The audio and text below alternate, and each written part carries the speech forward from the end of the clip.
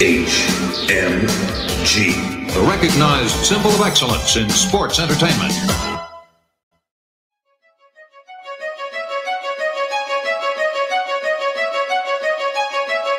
HMG.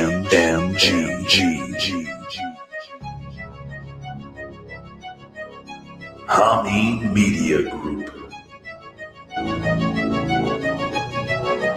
This is your next level wrestling review. And this is NXT.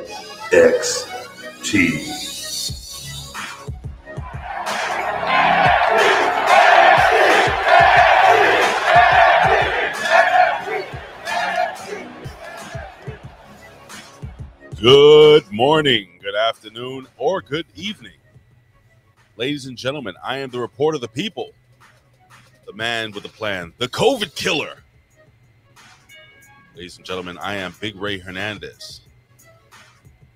Oh wait, I didn't do my whole intro right? Let me see.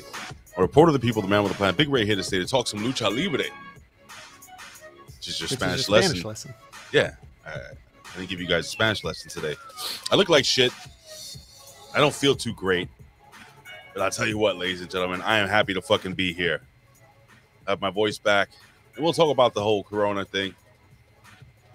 Was it as bad as people say it was? Who the fuck knows? But I'll tell you this, guys. I am fucking excited. Why? Because, ladies and gentlemen, I am joined by the three-time PCR on a pole match champion, the Vet. He's a Rip Rogers guy. The Vet. Vet. Rip Rogers guy. Ladies and gentlemen, like I just said, the three-time PCR on a pole champion. He's a Rip Rogers guy. The Vet. Jamie Williams. Vet, how you like your new intro? It's cool. It has me in it. It does. It's all about you, my friend. Yeah. How you doing, buddy? Doing all right. Okay. All right. That was your answer. A big sigh. Gotcha. You know, I got to tell you something, bro. Oh, boy. Here it comes. My wife, I telling you this off the air. She probably got the Rona from me.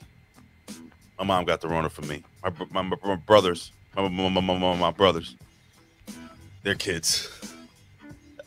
It's the gift that kept on giving this holiday. It's fantastic. Yeah, I'm doing all right. I actually feel pretty good. I'm going back to work Friday finally. My wife wanted to go back to work early, like I was telling you off air. I said, don't do that. Give yourself, some time. Almost falling down a flight of stairs. Later, she's on the way home. So, it is what it is, man. Let's hope she makes it safely. I told her to take an Uber. Let's hope she gets out of the Uber safely. I think she'll be fine.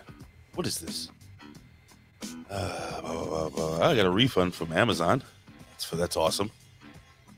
I don't know if this has been happening to me or just everybody, but for some reason over the last month, Amazon has been absolutely fucking horrible with deliveries. It's just me. Maybe just you. Like gimmick. Turn this shit off. I don't feel good anyway.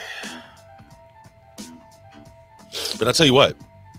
Now, you're not a fan of the show Always Sunny in Philadelphia, right? Never watched it. Never watched it, right? Just little scene clips here and there. All right. So I figure, when we run down the list of who's joining us, by the way, and apparently it shows only 5 people. I doubt that's fucking true. Coming off this major pay-per-view, you probably got like 35 people. Definitely. But for those who are fans of It's Always Sunny, but maybe we, class it up a little bit as you run down the list of friends and family who are here with us live, and maybe mention some people who just haven't showed up yet. All right.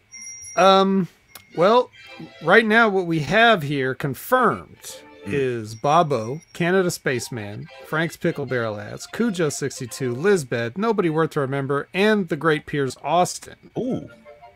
That's just who the YouTube claims is here. So we're still waiting on, some of our other luminaries such as Sonic the Hedge Rat or Media M5 or, perhaps they got the notification and they are now rushing to their computers, or they're taking their phone to a quiet place where they won't be disturbed for the next around 2 hours. Hopefully less. Where the fuck is Imbo? I don't know if he's ever been here to start. No? Very rarely. But he'll probably show up because apparently he likes this NXT stuff. Really? According to him. I don't believe him. I think he's working, but that he likes it, like he looks forward to it every week. Yeah, he abandoned the AEW and has kind of moved over to the NXT side now. Interesting. Okay. Yeah. Bobo says YouTube has been slacking with live notifications, and that's true. Like if I ever look at my little bell, I'm like, why'd you tell me about this and not this other 10 things, So it's just a YouTube deal. Is it really? Mm-hmm. Should I start directing people more to Twitch? Those notifications are on point. I mean, the people have to make their own choice. We actually have a set time here, Ray. You're very good about starting on time, being on time. You don't move the show around. So everybody knows by now that we are on 11 Eastern, 8 Pacific, pretty much on the dot. So, they know that. And we tell them. So if you're a new listener and you want to see this live, then you're going to hear it on one of our episodes whenever you listen. So I think we've done our part. And if they want to choose their platform, YouTube, Twitch, whatever you want to do, that's up to them. Some people it's more convenient Twitch. I don't know. So as you can see, I did have time, a lot of time on my hands to do nothing. So I and you know what's cool? I had like a really raspy voice, so I didn't fake it like the vet. It just came out naturally. It was perfect. The little to your name. It was awesome. You're a Rip Rogers guy, dude. You deserve your own fucking intro. Wow. Plus I'm getting tired of getting struck on fucking YouTube. Does it really cause strikes? It's always the intro music that we picked. Yeah. Always fucked us over, dude. I was like, fucking shit. It's bad. I mean, you did let it go a little longer than I would like sometimes. So. Yeah, but the thing is that, I don't know. But you know what? This is how can you put it? Generic, like a generic Wu-Tang Clan type beat that's free. I mixed that in with a little extra bass. Well, a little peek behind the curtain, guys. I never asked for intro. Ray wanted me to have an intro. Deserves it. I'm very plain, bare bones, down to business. And Ray, he loves this production. He loves doing stuff for you guys. He wants to make everything entertaining, and he does a wonderful job. And he insisted that I have a cool intro, and he wanted me to pick my intro. And you probably remember, Ray, I was like, I don't care, leave me alone. Yeah. But you talked me into it, and I was like, fine, here, this, I guess. I don't know. I didn't think longer than 5 seconds about it. Said, yeah, just use the opening track from the Jizz's third album. I don't care. So that's as much thought as I put into it. So I'm fine with this new intro. It's cool with the record scratches. We don't need to get struck anymore. Nope. I'm not a diva. I'm not a big pomp and circumstance type of guy. So I'm good with anything, really. He's a Rip Rogers guy. The vet. My favorite part. Rip Rogers guy. Well, don't burn it out now. We're probably going to hear it for another year, so. We are. Let's just... We fucking are.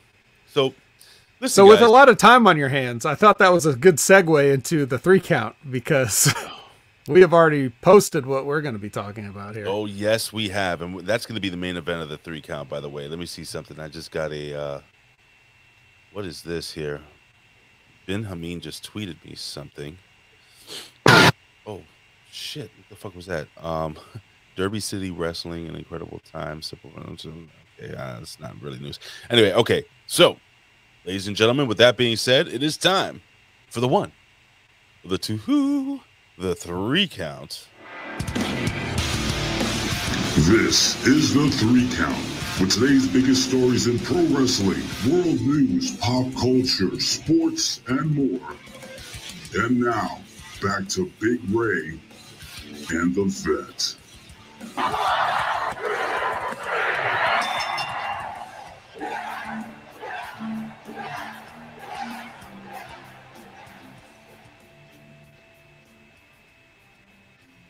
All right, so we're gonna kick this off with a quick little pro wrestling news.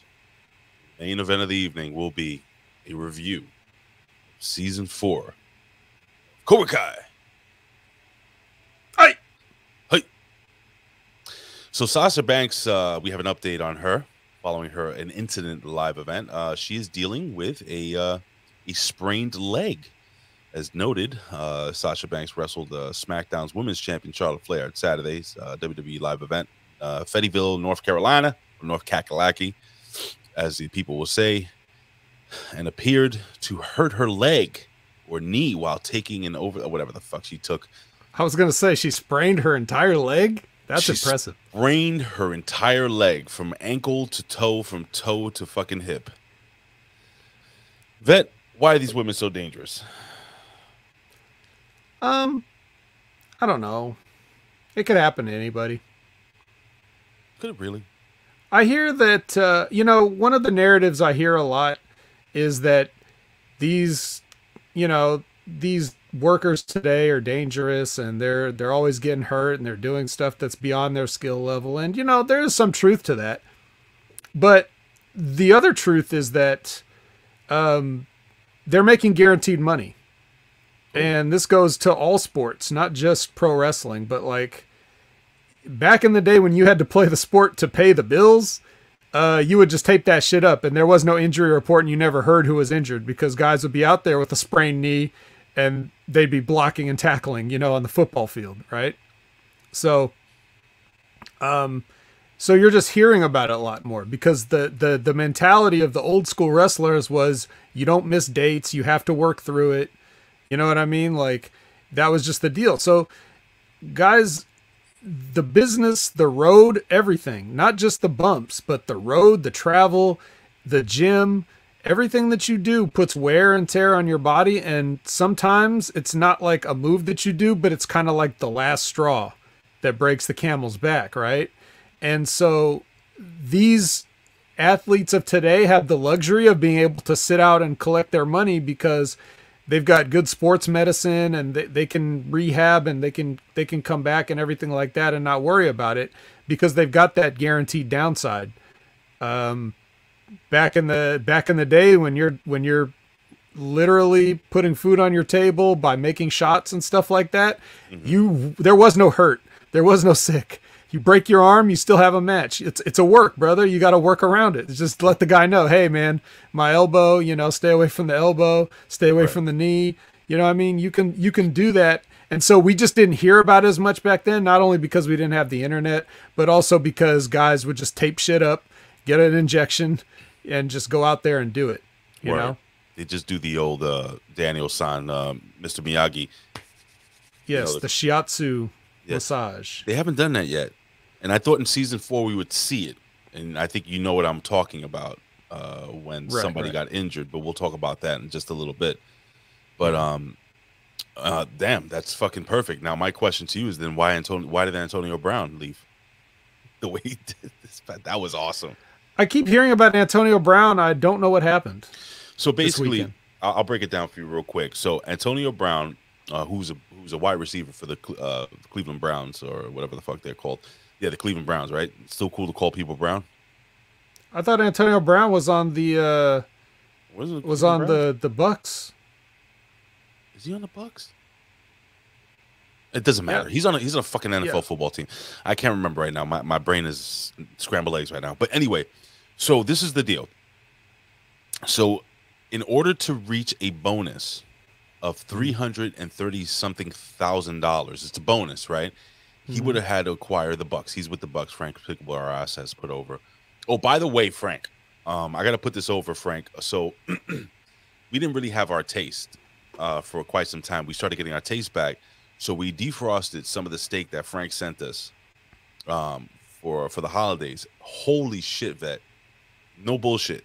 It was like, you know when you buy a steak that's not too good, you bite into the fat, you have to pull the fat out and ugh, it's like rubbery. No, it was like butter. Keep the fat. Yes, you could chew the fat, enjoy the fat. Oh, it melted in your mouth. It was so fucking good.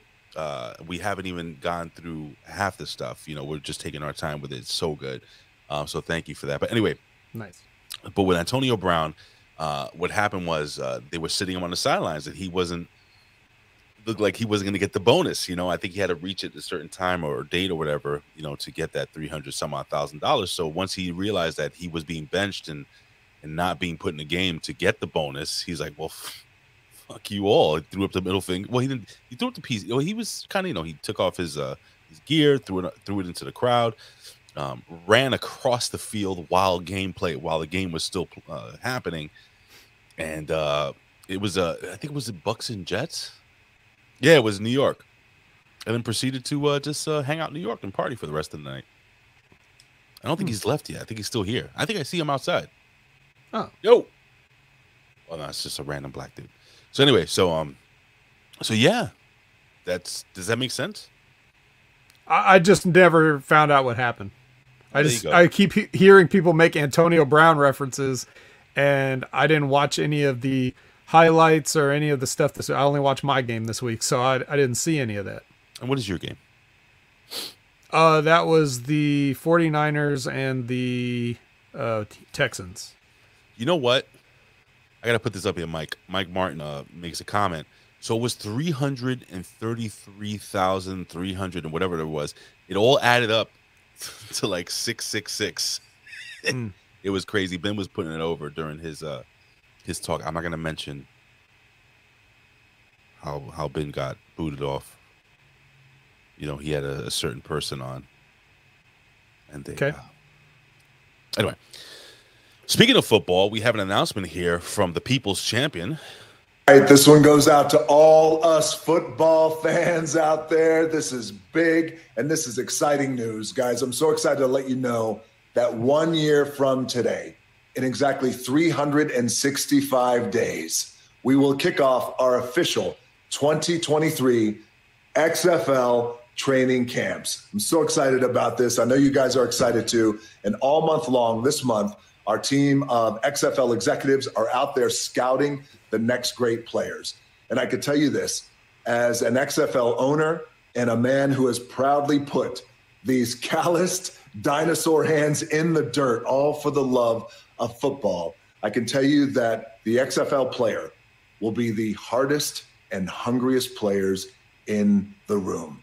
So Football Nation, we are building this for you. The XFL is watching, all for the love of football. Here we go, 1 year from today. Yeah, they'll be hungry because they're going to make shit. They ain't going to make no money, this motherfucker. Man, this is... talk about reboot. Are you excited for the XFL season that's going to happen in 2023, I think? No. Why not? Excited would be a gross overstatement. But I will say I'm pleased for everyone involved that they get to play some football for money. Not much money, but some money. Well, I got to hit the... Goddamn cold. I mean, COVID. Okay. Yeah, I really don't give a shit anymore. This thing has been rebooted so many times. It's like, who fucking cares? One time? It's been rebooted a whole one time. I'm sick of this. It's twice, right? No, didn't it reboot it twice? Well, this is the second time that it's been rebooted. The first, you can't call the first, the debut a reboot. But yeah, I mean, well, did you even watch the XFL before? I did. I actually had a fucking a Hitman jersey. Oh, all right. Sure did, but So I was into it. I had a Hitman jersey and a New York New Jersey Dragons jersey back in the day. I was into it, man. I like the alternative football shit. I didn't think it was terrible. Like I watched this past iteration of it, and I thought it was okay. The NFL adapted a lot of the good that came out of the XFL when it came to innovative camera shots, so on and so forth. Oh shit! Yeah, that camera on a string thing that came from hey, homeboy 88. Good man. I love this guy. One of my favorite people. But yeah, man. Oh, poor Elizabeth. Yeah, she's a Browns fan. Yeah, it was like the last season of the XFL. Every game was kind of like watching the Browns versus the Browns. So like a Browns scrimmage, you know, like a practice. Basically. But that's the thing. Like, you cannot sit there and reasonably expect like the same level of athlete in the XFL. It's not trying to compete. It's just, you just throw it on in the background so you can have a football game on it. You know, you don't have to take it too seriously. It's all right. That's what Some of the teams and colors were a little bit lame, I think, this new version. So? But, you know. You know, Frank Spicklebarrow wants to bury saying that the New York Knicks have been rebooted over 30 years. But guess what? Guess what? Say go New York, go New York, go! The New York Knicks defeated the Indiana Pacers with the return of Julius Randle. Is there no strike for that song? I never get struck for that song. Damn. So sad. Nobody gives a shit about the Knicks. Except me. I have no energy for that. I was like, this is going to be easy. I'm like, struggling. You can do it, buddy. Well, don't worry. I can take over the wrestling part. If you can just make it through the 3 count. Oh, we are. We have so much fun stuff here to talk about here.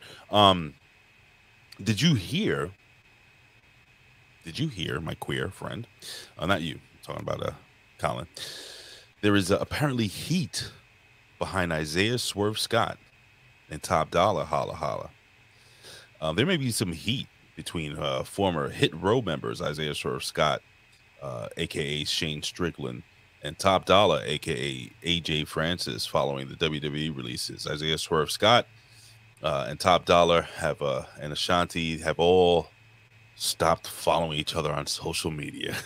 Oh, no. God damn it. As we all know, that's the worst thing you can do to a person. Is it?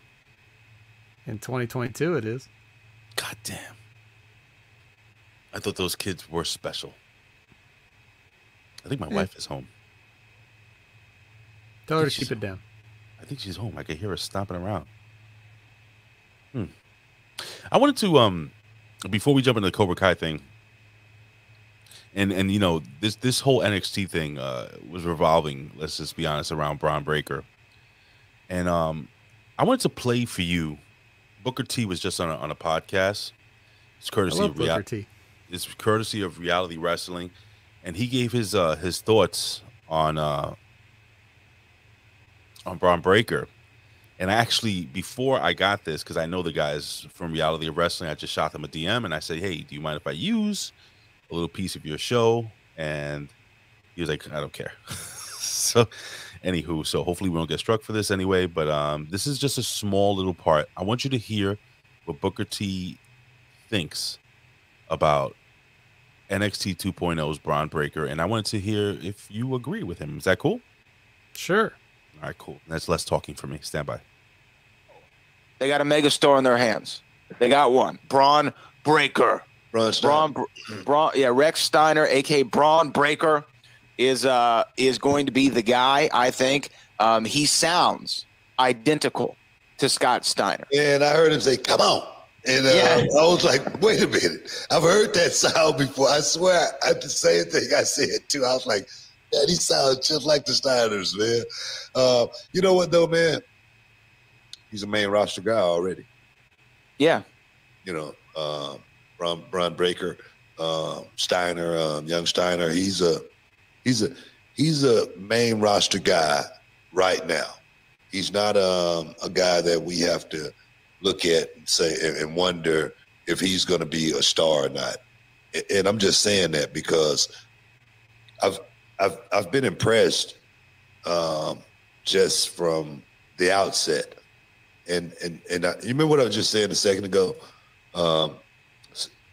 Having rhythm is something most of the time is just natural. You know, when I came out the womb, you know what I'm saying? I could go. And when I look at this Breaker Steiner kid, he can go. All right. He doesn't need to be. He doesn't need to be packaged, repackaged, or touched at all, because you could tell he knows what he's doing when he get in the ring. That right there is second nature to him. It's in his blood. It's in his DNA. And I just love to see that kid, just get the rocket put on him and send him straight to the moon. That's what I would do with a kid like that. I really believe he's that talented. Right now, he's that talented. I agree. And you know what? All right. So his co-host agrees. Do you agree with Booker T's assessment of Bron Breakker at this point in juncture in his career? It's a very young career. There was a time I would have said no. I disagree. But that time has passed and it doesn't matter anymore, because developmental is not developing these people anymore. So what's the difference? Why not just throw him up to the top and see if he can sink or swim? Like, he's not going to get no better down there. All he's going to do is get hurt. And he's got to work with guys that are better than him if they ever want to get something out of him. Right? Mm-hmm. Does that makes sense? Follow that? Yeah, I follow that. So that is now if NXT was what it was supposed to be, and they were kind of working closely in conjunction with the WWE in terms of like, we're serving these guys up to you and they'll come up ready, ready-made, ready packaged for you to just insert into your Raws and SmackDowns.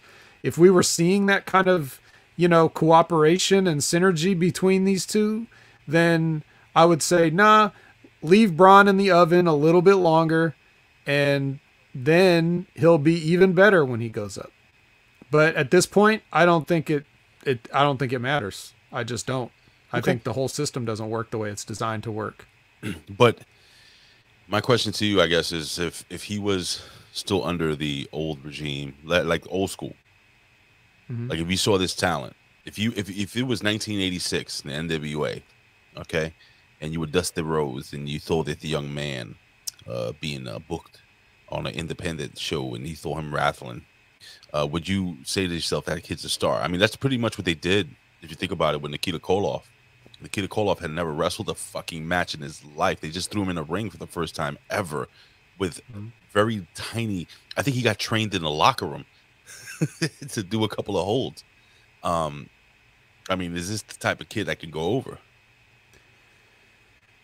Yeah, but, like Cujo says, WWE will find a way to screw it up. The only hope that he has is that with the NXT 2.0 sort of like shift in focus, that means that the guys that are running the show up there, like the Bruces and the Vinces and the Aces and stuff like that, they're well aware of who this kid is. So the fact that he's getting pushed to the degree that he is, that means that he has a better chance of not getting the karrion cross treatment when he goes up. See, here's the thing. Professor says Bron Breakker would have been botching on AEW Dark. LOL. I mean, he would be, because the people on AEW Dark are those people that have only been working for a matter of weeks. Here's the thing. Like, when you see a guy like this is the WWE mentality, just so everybody knows. I don't know who to assign this to. I would name names, but I just don't know, because it's probably different for every talent. For every talent that goes up there, there's a different group of people that are like, fuck this guy. Some could be high on him, and other ones will be like, fuck this guy. So for a guy like Cross, who everybody said was a can't miss prospect, right? And I said, watch, just watch. Yeah, you did. I mean, it's documented. It's documented. Back when I was just a guest with you and Ben Hameen, and not the co-host. And you guys couldn't believe how they could screw it up. And I'm like, watch them screw it up, because I couldn't see it. Because you're looking at it in terms of like logic and what they should do to make money, and not the pettiness of human beings, right? Right. Think about it. If everybody's telling you how good Cross is before he gets there, what's the first thing you're going to do when you get him? Oh, he's not that great. Watch. I'll show you. You test them. Yeah, he's going to do, test. That's another thing that, like, you hear about the test. Oh, they're testing him. Well, what happens when you pass the test? Who passed the test? Who's the graduates of this test? Nobody's over. So, you know what I mean? You're the chosen one, the chosen handful, and that's it. If you're coming in with some hype and support behind you, you know, from your past career on the independents and other promotions, that automatically it puts a target on you for whatever reason. Like, they won't capitalize on that. They will use that against you. And they're so good at disguising it at this point, they'll even make you think you did something wrong. So, Word. So hopefully, Junior here is not in that same boat, because they probably already just seen him and liked him, and that's why they're strapping the rocket now. And then when he goes up, if and when he goes up, he you know, they already know who he is, and they've wanted to make money with him, so he won't have to deal with these things. But all it takes is just one guy on the creative team to be like, yeah, I really don't see it. So I'm sorry, you're going to be in a feud with, Commander Aziz now. It's just, that's all it takes. You know what I mean? That's all it takes. Apparently Frank Spiegelbauer says, Bruce Willis is an ugly version of the vet. I'll take it. You do look a little like Bruce Willis, bro. Hey, somebody's putting me over, so I'm gonna put this over. Ray, I listened to the entire 4-hour. Yes, it was a 4-hour podcast you did with Jimmy and Dan, bro. It took me a week to finish, but it was good. It was like an audio book. Well, that's the plan, ladies and gentlemen. It's to give, people like me. I travel. I can listen to my podcast during my work hours, and a lot of people can. So that's why I like doing a nice long podcast. But you had mentioned a word before. You said something about being chosen or chosen one. Am I correct? Yeah, like there's a handful of chosen ones. Like I think Roman Reigns is a chosen. Like it's the guy that's like untouchable, can't do any wrong. Well, I just wanted to throw this out there. Speaking of chosen,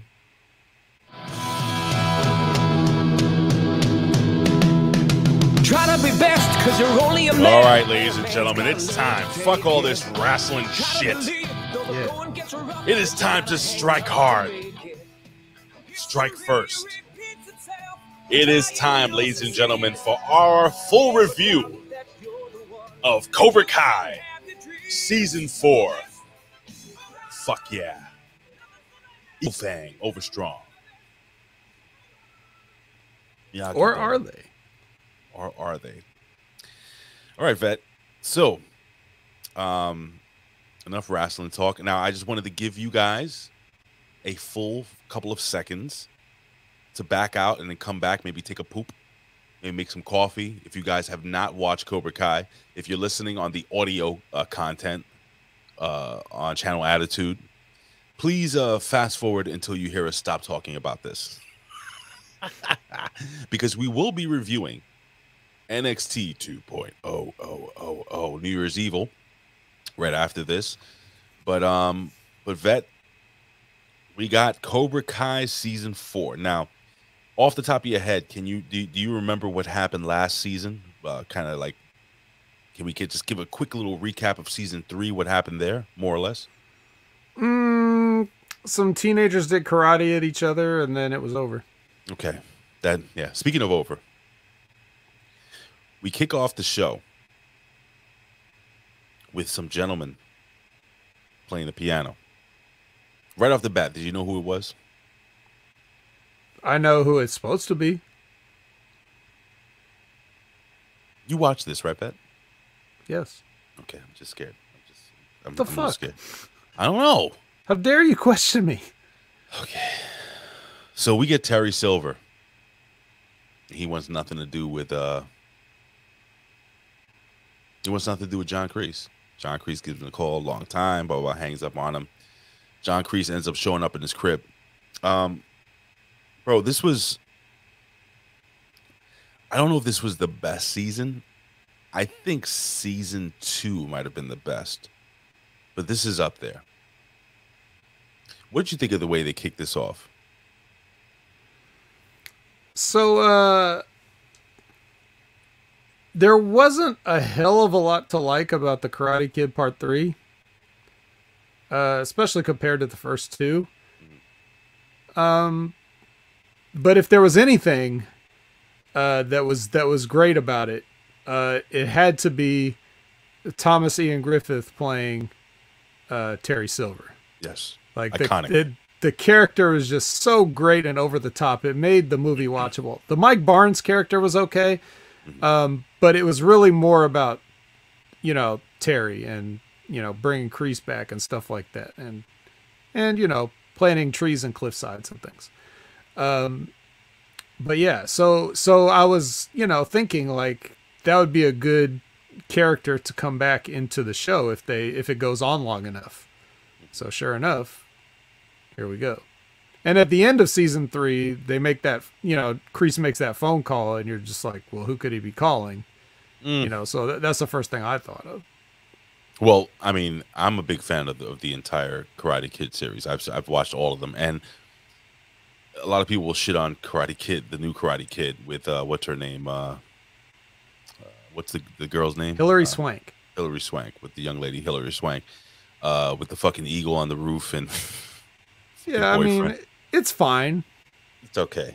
But I agree with you that Terry Silver was like, when you hear about 80s supervillain, he had the fucking ponytail, he had the money, he had the crazy look. He took the baby face in Daniel LaRusso, and he basically, what is all this shit that I'm getting spammed on here? Let me block this here. Yeah, don't sell it, just block it. Yeah. He took a baby face, like the ultimate baby face in Daniel LaRusso, and he had him fighting for the dark side. What I like about this is what I like about this show. Even though you're not supposed to like Cobra Kai, even though you're not supposed to like John Kreese, and John Kreese in this season, we see a bit of humanity in him. We'll talk about that in a little bit, but like, do you find yourself at times, like, when they're giving the talks, and there's certain things that are right and good about Cobra Kai, just like there's certain things that are right and good about Eagle Fang, and there's certain things that are right and good about Miyagi-Do. Am I off here? You know what I'm saying? I think I get what you're saying. Like, they're supposed to, like Cobra Kai is supposed to be the evil, but sometimes you need to punch a person in the mouth. Sometimes you need to be the aggressor in certain situations. Sometimes you need to be the person that takes the first step when it comes to something. Am I off here? No, I think you get it. I think you get the message they're trying to send. So, what are some of the things you wanted to chat about regarding this episode? I mean, regarding this season? I don't know so much about this season in particular, but the show in general. Like, obviously, you said you're a fan of the series. Big time. I'm a fan of talking about the movies now. Mm-hmm. Obviously, you take it back to the Karate Kid. The Karate Kid is one of the greatest films ever made, period. I think it doesn't usually get remembered that way. It gets remembered by guys like us, who grew up in that and were fans of that, and everything was about ninjas and karate and, stuff like that. And we were wrestling fans and we watch all those cartoons. It's like that was just a whole thing. Right. And I think a lot of people kind of lump it in with some of the silliness, and the name of the movie is kind of silly. The Karate Kid, like, if you don't know, it just sounds like just some dorky movie for kids or whatever, like a cheesy kids movie. Right. Mm-hmm. Hey man, you're putting these up here. you know. I'm just putting them over. You're the host. So, yeah, okay. Vet, a karate show with no Japanese. Yeah, don't worry, I'll get to that. Mm-hmm. So the Karate Kid's a great movie, you know, and yeah, I don't even know what he's talking about. I'm not going to acknowledge that. Yeah, that movie is not acknowledged here. Not acknowledged. So 1, 2, 3, even to an extent, the next Karate Kid, like those had like just a certain flavor to them. Mm-hmm. This show, when it first came out, I thought it was an intriguing idea, and I heard nothing but good things about it. This is back when it was on YouTube Red or YouTube Premium or whatever. Oh, did you make the fake? I used my free trial, yes, just to watch this show. But before I did, I had heard so many people say great things about it. I hear people say great things about it to this day. I'm always hearing positive things about Cobra Kai. But from the very first episode of the very first season, I'm like, this is like something that was written by 8th graders. Really? Like the dialogue and human interactions in this show are just absolutely an adolescent child's idea of what adults are like. And besides the entire premise being ridiculous, that anybody knows what karate is in this current time, when it's been widely proven to be a trash martial art with, you know, the mixed martial arts, you know, the sport the way it is now. So the idea of this whole town getting into karate fights and stuff is like, on the face of it, it's ridiculous. Right. But I forgive that part of it. What I don't forgive is like the fact that everything in this show seems like it is like the people that get fired from the writer's room at WWE are writing these scripts. These scripts are awful, and the actors aren't good enough to get the good material out of this stuff. Let alone that it's just the bad characterizations of these beloved characters. They just ring false on like every level to me. The best way I can describe it probably is like, this is Karate Kid in blackface. It's not the real thing. It's offensive and disgusting at times. Wow. I really do like the idea of the show, and I like the story where the story goes sometimes. Right. But right. it's the actual scripted dialogue, I think, that really, I don't hear enough people complaining about it. I can't believe it's okay with people. Like, some of the stuff is really bad. And the rest of the show is like, it's a lot of, especially this season. I'm sorry, this is a great comment. Yeah, go ahead. Read that out loud. Daniel LaRusso is the Cody Rhodes of Cobra Kai. Fuck yeah, Kinda. Professor. A little bit, kinda. It's like a lot of this season especially is like, I'm noticing it's people walking into rooms, seeing somebody there they don't like and making a face. Like that's like 65% of this entire season is people walking in and then like overacting it, like how they're disturbed that that person's there. You know, I know it's a small town, but geez, like, can we get over it? So I really don't enjoy the writing on this show. I really want to love the show. I just can't. It's kind of trashy. Really? But maybe that explains why it's so popular, because the masses seem to have bad taste. How else can you explain the proliferation of reality television and all these other bad shows and stuff that are somehow popular while good shows struggle to get a second season renewal, you know? Okay, so I'm gonna put something over, and this is fucking 100% on my father's grave, on my son's life, truth. Wow. This is how true this is. So, you know, for those who know me for many, many years, and those who grew up with me, knew that I was in martial arts since I was very, very young. And, you know, I did boxing, wrestling, a little bit of everything. And we had this instructor by the name of Kahiji. He was our sensei, Kahiji T. Pantera. That was his name. He taught a form of what was called the Black Cipher. Now, Black Cipher, now I want you to check this out now. Black Cipher was a form of Taekwondo, jiu-jitsu, and street fighting. No shit. How do you teach a street fight? Kendo stick? There were times. Well, so now hear me out. There were times where we would go 2-on-1. You know what I'm saying? Like legit. Like we would. Anyway. So long story short, Kahiji had one star student. I forgot the young man's name, but he came out, if I'm correct, in UFC 1. He was one of the fighters on UFC 1. Oh yeah. And he was a black cipher martial artist. Anywho, in junior high school at the time, we had multiple people going to multiple karate schools.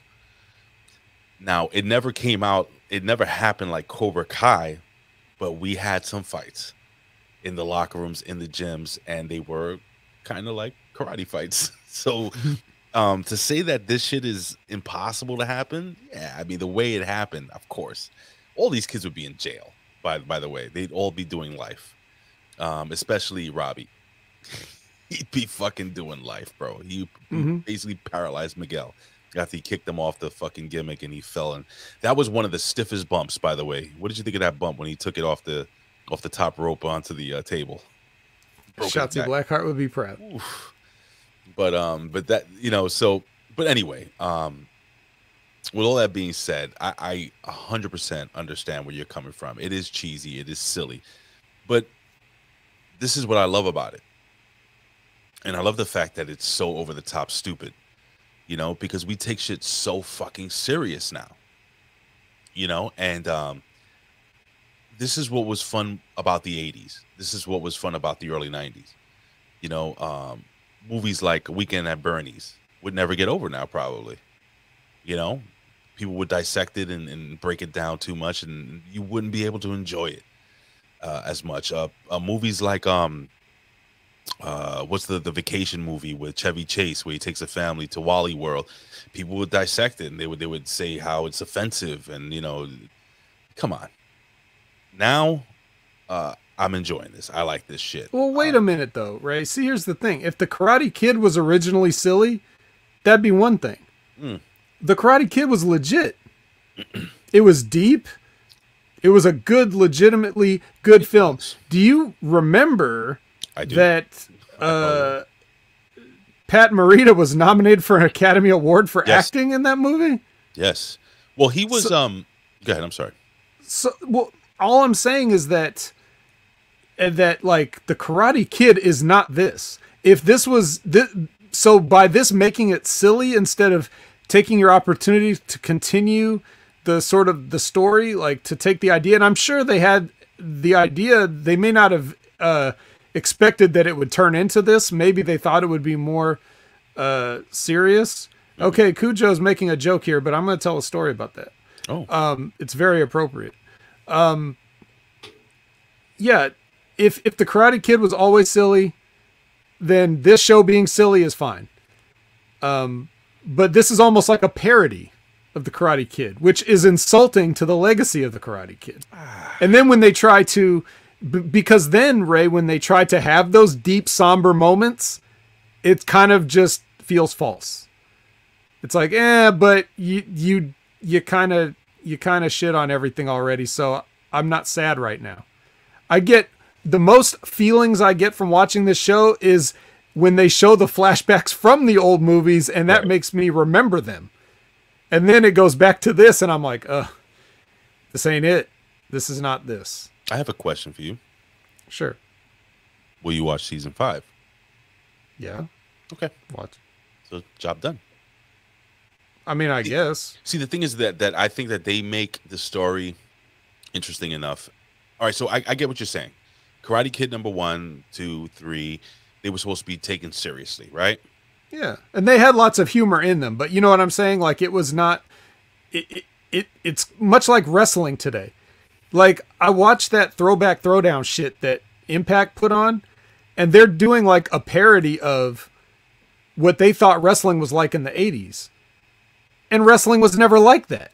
I get it. You know what I mean? I get it. So that I heard Al Snow say that, and I was like, yeah, you're right, because he's the one that was there at OVW letting them use his facilities to put on this show, and he's saying, wait a minute, I don't remember shit being like this when I was in the business. You know, it's like that's a young person's idea of what this was. So when a young person goes back and looks at this stuff from the 80s and tries to like recapture the essence of it, they completely missed the fucking point. And that's what's so hard for me to like reconcile, because I want to like it. I do. I just can't. It's making me not at every turn. So it's kind of like a correlation to current wrestling product. You know, like I want to root for these kids and I want to see them do well. And I want them to have those moments from like Hulkamania and the Attitude Era. I wanted them to have those great big moments, and it's just not there. So Cobra Kai is actually a clash of worldviews now. Johnny's 80s mindset trying to coexist in today's PC world. Agree with that's an interesting point too. That's an interesting point too that I want to say. Like the entire character of Johnny, like there's so much that could be done with that. But they make it, dude, it's like, it's in the show, it's literally like he was trapped in a time warp for 30 years. And he has no idea, like he just walked out like an unfrozen caveman and has no idea the world he's living in. Like he didn't see the advances of technology as time was going on or anything like that. He just lived in a cave and emerged one day and started, you know, putting the old headband on and shit. It makes no sense. Frank Spicklebarrow says, I agree with Vet 100. I watched because my girls love Karate Kid movies. Well, the first movies. Not Smith. We do not talk about that other movie with the Chinese. Second time somebody's tried to talk about it. The Kung Fu Kid. 3 strikes, you're out. We call it the Kung Fu Kid. But anyway, like for me, man, I get what you're saying 100%. But at the same time, you know how some people, you may not like oatmeal. I love oatmeal. I love the way it tastes. I love this is tickling my taste buds for something fun. I'm looking for fun, and I know it's not supposed to be fun, but I think they've adapted to the viewers nowadays. You know what I'm saying? Because they're not only trying to get the people that relived, you know, that lived in the 80s and the early 90s and stuff, but they also want to get the new kids, you know, the young kids now, the PC kids. You know, I'm surprised they don't have a fucking transgender fighter. Is that coming? That'll be next season. You know what I'm saying? But that is the least of the issues. Like I can see the forced diversity that's on this show, right? Like you can definitely see them, like, you know, with this season with the Kenny character, it's like, oh yeah, we forgot to have an important black character. You know, like all of our black characters have been in the background. We need an important focus one. And that's, look, that part, I don't have a problem with it. Okay. Because that part doesn't change anything about the story. But what I'm saying is like, okay, your flavor, you like this oatmeal or whatever. No, man, it's shitty dialogue. The dialogue is shitty. Okay. I'm sorry. It's a badly written show. It's just not no matter how well. you slice it. That's what you don't like. It's not written well. Yes. Okay, but are you invested in the storylines at all? Like hold on. Like the relationship between Robbie and, so now if you guys didn't watch it, you know, Robbie ends up, you know, fixing shit with his dad. You know, they finally hug it out. You know, Miguel, like next season, I think is going to be a season where people are going to try to find themselves, you know, find out who they are. And Miguel, you know, finds out that he has a father, but we find out that the father doesn't even know he exists. So Miguel's going to Mexico to find his dad. So he wants to rekindle that relationship because the relationship that he has with Johnny just didn't pan out the way he wanted it to. You know, Johnny, although loved Miguel, I think like a son, Johnny, you know, really wanted to fix shit with his actual biological son. And so it's going to be like a whole thing of discovery, man. What do you think is going to happen with Miguel? Do you think that Robbie and LaRusso's daughter is going to re-hook up again? You think that's going to happen? I don't know. The professor says Miguel's father is Machete. So yes, it's Danny Trejo. Yes, that's exactly who they should get to play the father. I have a couple of questions for you. So next season coming up, right? Coming up in a year. Is it? I don't know. That's another thing. They take too long in between seasons. But, well, you know, in these difficult times, Ray. Stop it. All right. Let's look at the cast of Karate Kid Part 3. We get what's his name? Sean Cannon, who played Mike Barnes. So that's another person I thought might show up down the line, but maybe not. I think he will show up next season. Should have shown up this season. No, well, here's the thing. So Terry Silver, if you guys didn't watch again, and Terry Silver screws over. He screws over what's his name? John Kreese. And the way they did it with Stingray, I thought I think that was great. It works, you know, because Stingray has such a low self-esteem.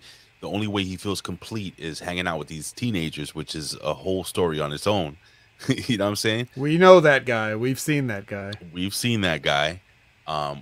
We had a guy like that used to hang out with us when we were teenagers. You know, he thought he was cool for hanging out with us, an older guy. It was Tony. And you know, he wanted it so bad that he confessed to the cops, even though that it was Kreese that attacked him when of course it was John Silver. So there's a whole bunch of shit going on. Now when Kreese was being taken away by the cops,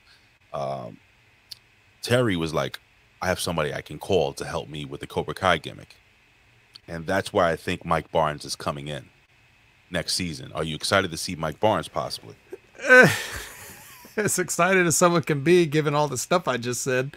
But like, the character of Mike Barnes is the kind of person that I would imagine in this world is like fat and working in a factory somewhere now. Like, he seems like the person that was like karate for a minute, but you know, in this magical world, when time stands still and everybody's ripped and still doing karate in 2021. So that should be good. We end the season with and I think we hit all the major points, but I think we end the season with Chosen coming back. It looks like he's going to be helping out Daniel LaRusso and maybe Johnny with this whole situation. Now, my question to you is now, Hilary Swank, that character, there have been talks out the ass that she will definitely be coming out as a major character on this show. Definitely confirmed. Hilary Swank to Cobra Kai confirmed. I will. Well, I mean, I've I do research before I get on. I've gone on multiple sites, comicbook.com, all these pop sites that are pretty good when it comes to predicting who's going to do what. And they probably know already, but they're not allowed contractually to say that, yes, she's on it. But I think this show can go on for like 6-7 seasons if they do it right. But I believe season 5, Hilary Swank's character will make a show up. Maybe. And now this is my thought process. Okay. And this is not from the websites. The girls all seem to have fucking problems with each other. I think Hilary Swank is going to be that person to bring the ladies together. Does that make sense? I guess so. Oh, and they brought back the big chick from last year. People were pissed off that she didn't come back. What's her name? It's like a cameo. What's the girl's name? Cameo. I can't remember that she was like a football player's daughter. Yeah, I don't remember. You talking about in real life? I don't know. No, the character in the TV on the show that she got shipped off. Because, remember during the whole melee, she's the big girl. No, I know who you're talking about, but I'm like, are you saying she's a football player's daughter in real life, or no, on the show? On the show. Oh, okay. I don't know if she's a football player's daughter in real life, but people were kind of pissed off that she wasn't. I forgot what was his name. Sam? No, Sam is Sam is Daniel's daughter. That's Daniel's. I forgot the girl's name. But anywho, they brought her back. They wanted to make sure that they, crossed their T's and dotted their I's. What I do love about this is when you get a lot of reboots, I'll give you a perfect example right now. My wife is watching the reboot of Sex and the City. Okay? I've watched Sex and the City, like the original shit. I thought it was all right. It was all right. But this version of Sex and the City does not have Samantha. Do you know who Samantha is? One of the four women. She's the voluptuous older blonde that talks like this. Anywho, she's a very major part of the show, and they just wrote her off, like, oh, she took a job somewhere else. And the thing is that that character was like, those four women are like blood. You know what I'm saying? You can't just write somebody off like that. You know what I'm saying? She's such a major part, and unfortunately, one of the people died in real life, so they had to write him off. One of the characters. So a lot of these reboots. There's another one, Will and Grace, that came out that Jen was watching. She couldn't stand it.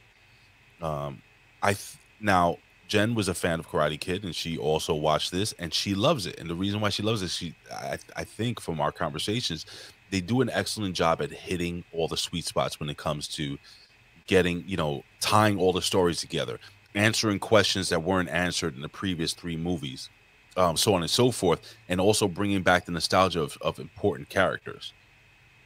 Do you disagree with that? What I do like is the lengths they go to get original people. Right. It's not really a reboot.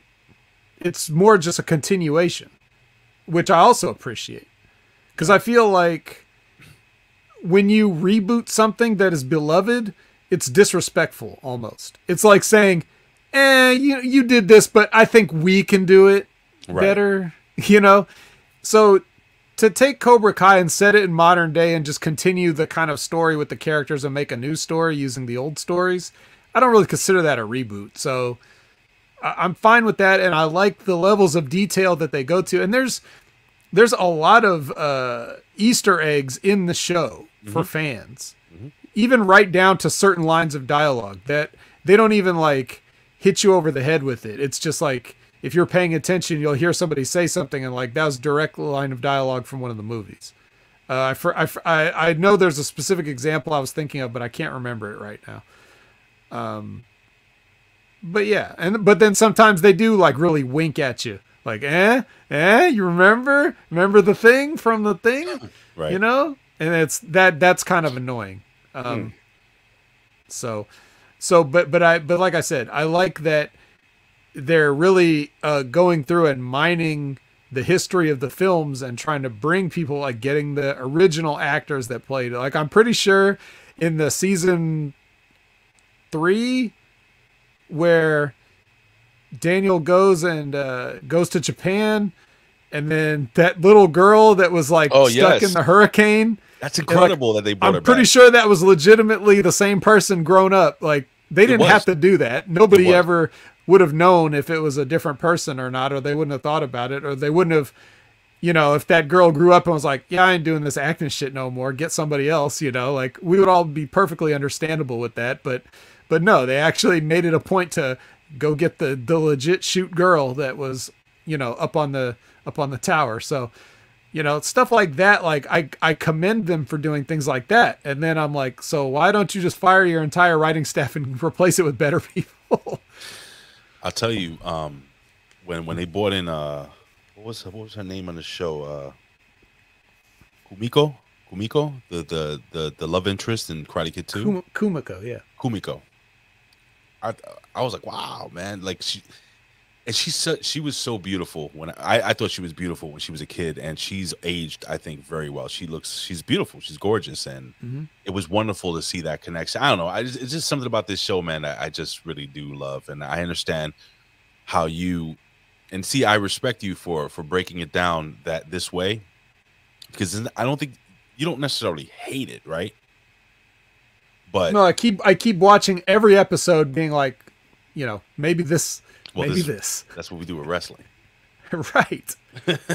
This is right. Karate Kid. But I also can't dismiss it out of hand. Like, I've always been a firm believer that if I'm going to sit up here and talk shit about something that somebody worked hard to make, I better have at least watched it. And I know a lot of people don't even bother with that. So, whether I love it or whether I hate it, I got to know for myself. I can't take other people's word for it, or I can't skim through it. I got to actually put the work in and digest the information or the content, Who's Jonathan Bandis? Jonathan Brandis. They're talking about because Sonic the Hedge-Rat said the kid from Sidekicks was better than Jaden Smith. Oh yeah. Oh yes. The movie Sidekicks with Chuck Norris, right? So, do you remember the TV show Sidekicks with kind of Ernie Reyes Jr.? Yes, that's who I thought it was. But who was the other? I forgot who the other guy was, but I remember this show very well because it only ran for like one season. But what's his name? Fucking the wrestler WWE, Ricky the Dragon Steamboat came out in one of those episodes of Sidekicks. Yeah, it's awesome. Anywho, so yeah, man. So right now we have Cobra Kai, who basically Terry Silver paid the ref off. Which that made no sense. It did make sense. No, the ref. You tell me why it didn't. Because there was no usage of the ref cheating. Yes, there was. No, there wasn't. May I explain it to you? I love this condescending Ray. Yes, explain it to me, Ray, please. Okay. Because you're telling me like you're saying it's 100%, but I'm telling you there was a reason why he paid him off, and it's because when this girl hit this girl with an elbow, okay, yeah, points were supposed to be taken away, not a warning. Points were supposed to be taken away, so technically she should have lost that match, okay, and the referee was gonna let shit like that go. That's why Terry pulled over and said, "Do it again, do it again." He knew that if she did something illegal and hit the other eye, that the ref wouldn't call it. He'd probably just give her a little warning. So but she didn't do it. She didn't do it. She didn't do it because why? John Kreese is starting to get a fucking heart. John Kreese is starting to, which also makes no sense. Why does it not make sense to you? Because you held this grudge for 40 fucking years, and then you're gonna all of a sudden change your mind. Okay, it doesn't make sense that you should have let it go immediately if that's what you were gonna do. Listen. I've had friends or family that I fucking love, but they did shit that pissed me the fuck off. It's called holding a grudge, dude. I think John Kreese really genuinely was a father figure and really cared about Johnny. He wanted nothing more for Johnny than to be a champion, to win. And I think like if you look at John Kreese and what he did in Vietnam, how he saved Terry Silver's ass. You know what I'm saying? I think there is good in John Kreese. John Kreese just got fucked in life, dude. You know, he was hurt. You know, he had his woman who he was in love with. He was a good man. And then, you know, the military fucked him over. They didn't even tell him that she fucking died. So John Kreese is a situation where, yeah, he's a tough guy. Yeah, he's an asshole. There's a reason why he's an asshole.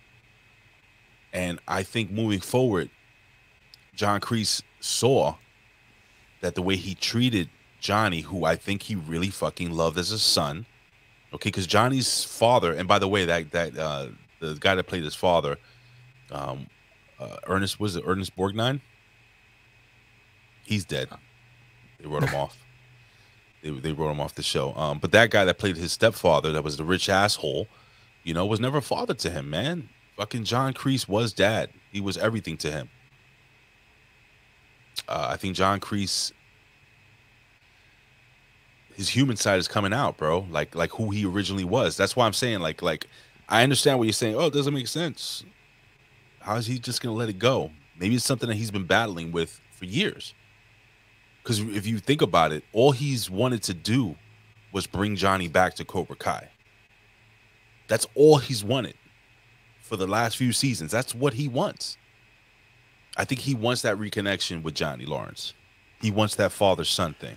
We're going to get it. He's got a funny way of showing it, because nothing he does on this show is anything other than like Snidely Whiplash cartoon villain bullshit that nobody would ever do. And it's all based around karate, which is ridiculous. And then all of a sudden in the last episode, he's like, maybe don't cheat. Do what you want. You know, it's like, no, fuck that. Do I get my cartoon villains or do I not? You know what I mean? That's the shitty writing. It's shitty. I get you. Shitty. I get you.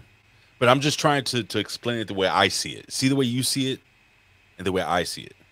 What you're seeing and what you're saying makes total sense. Ed Asner. I'm sorry, Ed Asner. I said Yes, Ed Asner was the guy.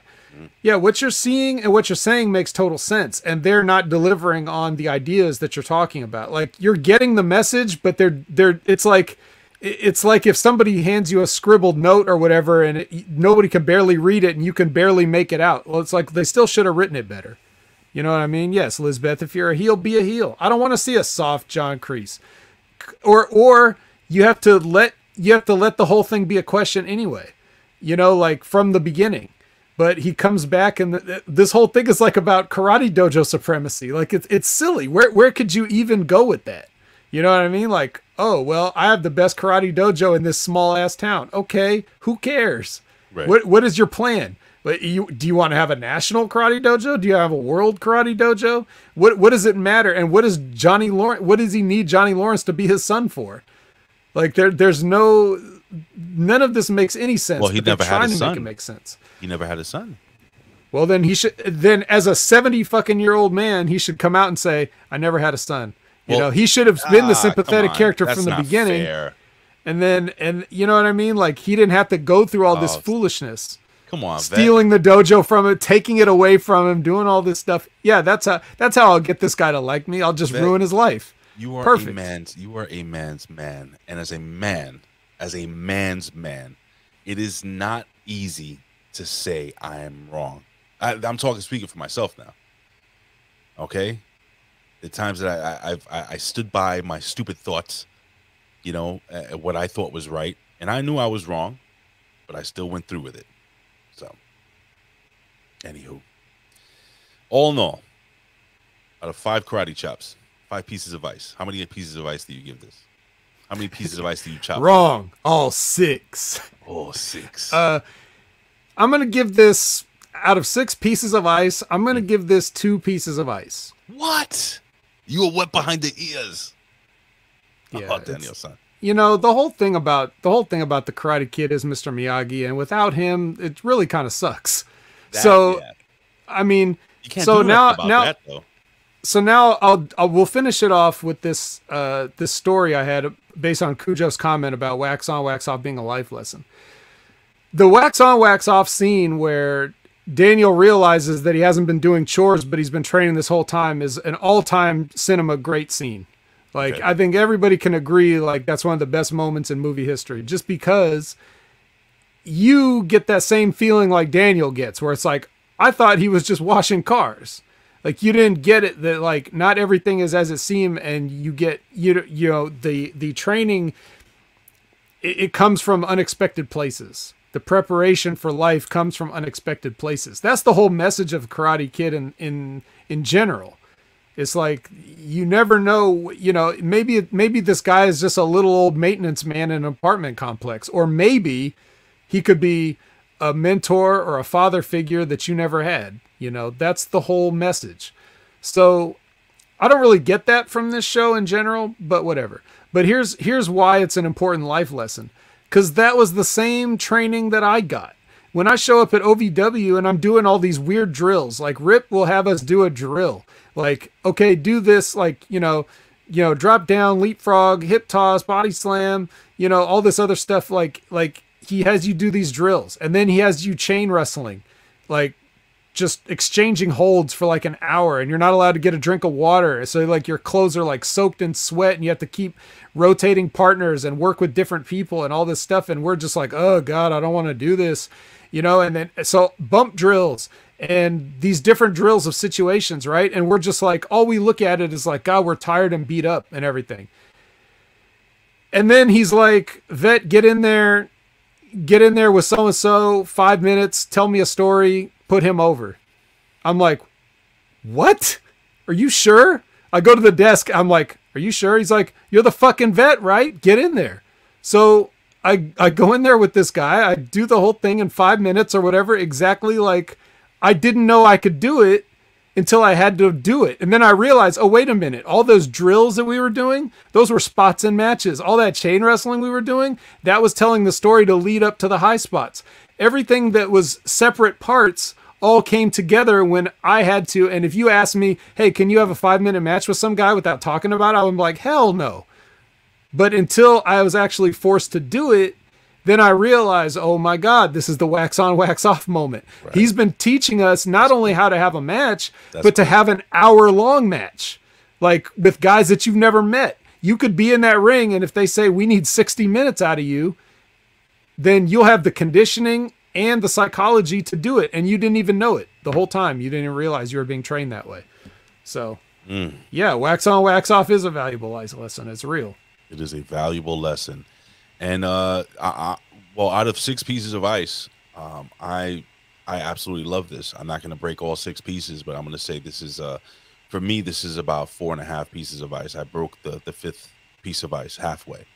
You're that GI that was stationed in Okinawa that hurt his hand trying to get through. I didn't get all the way through. I'm probably gonna have to go to the doctor. Maybe I have some small fractures in my hand. But this was fun, man. I love doing this shit. I love reviewing shows with you, bro. This is really cool. I thought Karate Kid season 4 was great. If you guys didn't watch it, hopefully we didn't spoil too much, but we spoiled everything. But in my opinion, even if we did spoil some shit, it's still worth a watch, in my opinion, if you're into 80s nostalgia and shit like that. But there was some stuff we didn't really talk about, so I think there's still some. Okay. We didn't even mention anything that happened with Hawk or anything like that. So like, there's plenty of stuff for them to see still. Right.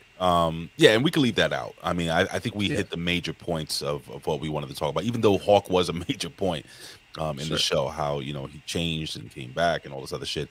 But anyway, with all that being said, Vet, it is time. Are you ready? I'm ready. All right. And by the way, the dilapidated boat made an appearance, got thrown up in Karate Kid. With all that being said, ladies and gentlemen, it is time for NXT 2.0. Then say that. Ho!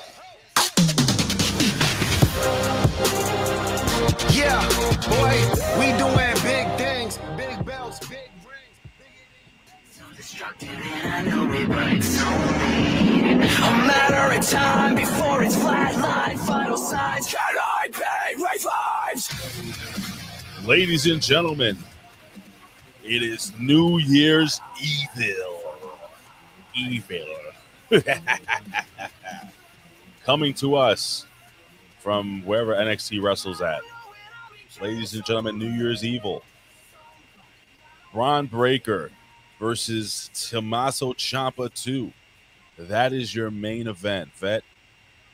Like I said, I've pushed myself very hard through the first part of the show.